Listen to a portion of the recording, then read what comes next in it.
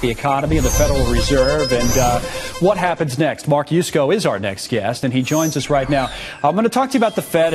Get into this market. As we know, we're on top of it, that it's giving up these gains much like yesterday. But what about what Jeff's talking about, the consumer effect of lower gas prices if we get there? What's more important to you? Oil prices that are stable, going up a little bit and indicate the economy's not a disaster, or lower gas prices for the consumer? Which one wins? Whoa, that's a good question, Connell. And, you know, we started the year with this thing called the Morgan Creek surprises, and both of those that you just mentioned were squarely in there. One, we thought that oil prices would head down, not up, and that they'd be lower for longer.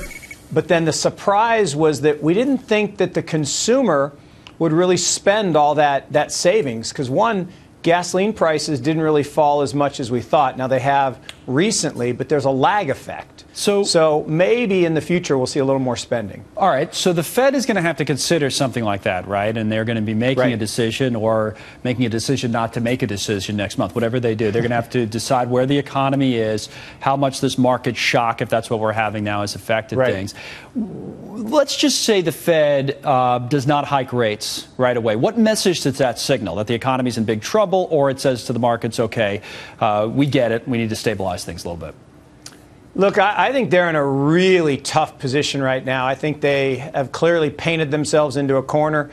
Again, you know, we started the year in January with one of our big surprises that they would not raise rates this year.